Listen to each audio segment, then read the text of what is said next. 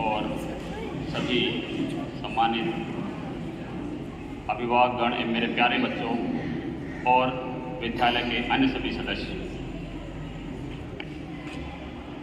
आज मैं सभी को 75वें गणतंत्र दिवस की और 74वीं वर्षगांठ की सभी को बहुत बहुत शुभकामनाएं देता हूं। सबसे पहले बड़ी खुशी की बात है कि आज हम हमारा 75वां गणतंत्र दिवस मना रहे हैं। और गणतंत्र दिवस दो कारणों से, दो बातें महत्वपूर्ण है इसमें। सबसे पहले तो हम जिनकी वजह से गणतंत्र हमें मिला, संविधान के जनक डॉक्टर बाबा साहब भीमराव रामजी अम्बेडकर, बाबा साहब भीमराव अम्बेडकर की बदौलत इस मुकाम पर हम पहुंचे और इस देश को एक लोकतंत्र, एक अच्छा लोकतंत्र मिला, सबसे बड़ा लिखित संविधान मिला। एक तो उनको याद करते हैं, संविधान के मूल्यों को याद करते हैं, और दूसरा उन वीर पुरुषों को, उन वीर महापुरुषों को याद करते हैं जिन्होंने स्वतंत्रता के योगदान में अपना सर्वस्व न्यौछावर किया। तो मैं सबसे पहले संविधान की व्याख्या करूंगा और उसके बाद में अपनी एक छोटी सी पोएम के साथ। भारतीय संविधान 26 जनवरी 1949 को अधिनियमित और आत्मान्वित किया गया और लागू किया गया 26 जनवरी 1950 को। हम इसकी प्रस्तावना से इसकी गहराई को समझ सकते हैं कि इसकी फर्स्ट लाइन है कि हम भारत के लोग। हम भारत के लोग मतलब इसमें सबको समेट दिया। हम भारत के लोग, भारत को एक संपूर्ण प्रभुत्व संपन्न, अर्थात अब भारत क्या है, किसी का गुलाम नहीं है, एक स्वतंत्र देश है जिसमें उसके कानून, उसके नियम और उसके लोगों की क्या है, स्वतंत्रता है। समाजवादी अर्थात जो भी उत्पादन, पूंजी संपदा, सब पर व्यक्ति का क्या होगा, एक अधिकार होगा। स्वामित्व वाली वस्तुओं का एक समतुल्य वितरण होगा। धर्मनिरपेक्ष अर्थात सभी धर्म संविधान की दृष्टि में क्या होंगे, समान होंगे।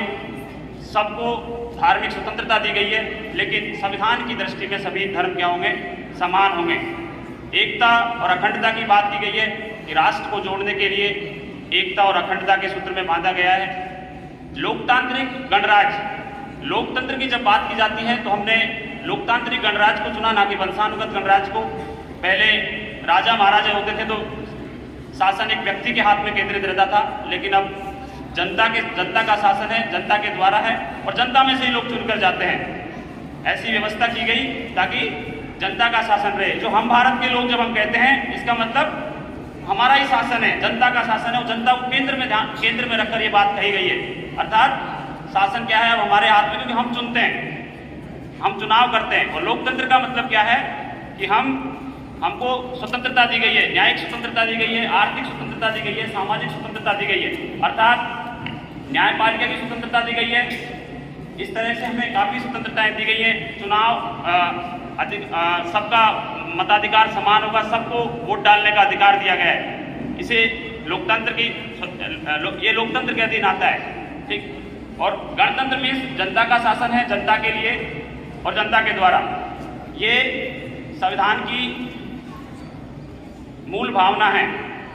और इसके बाद में उन्होंने बात की फ्रीडम ऑफ एक्सप्रेशन, बोलने की स्वतंत्रता, ठीक है, न्याय, सामाजिक, आर्थिक और राजनीतिक और समता, भाईचारा, बंधुत्व, एकता, इन सब की बात की उन्होंने। और एक आदर्श मॉडल दिया सब भारत का संविधान, एक ऐसा दस्तावेज जिससे इस देश को विकास की यात्रा को और आगे बढ़ाया जा सके। और उन्होंने कहा कि मैं ऐसे धर्म को पसंद करता हूं जो हमें समानता, एकता और भाईचारा सिखाए। अर्थात डॉक्टर भीमराव अम्बेडकर कहते हैं कि सब मिलजुल कर रहें। और ये 74वें संविधान संशोधन में जोड़ा गया, एकता और अखंडता शब्द इसमें जोड़ा गया और धर्मनिरपेक्ष शब्द को जोड़ा गया। आगे मैं उन वीर पुरुषों को जिन्होंने इस देश की आज़ादी में अपना सर्वस्व न्यौछावर किया, उनके लिए दो पंक्ति कहना चाहता हूं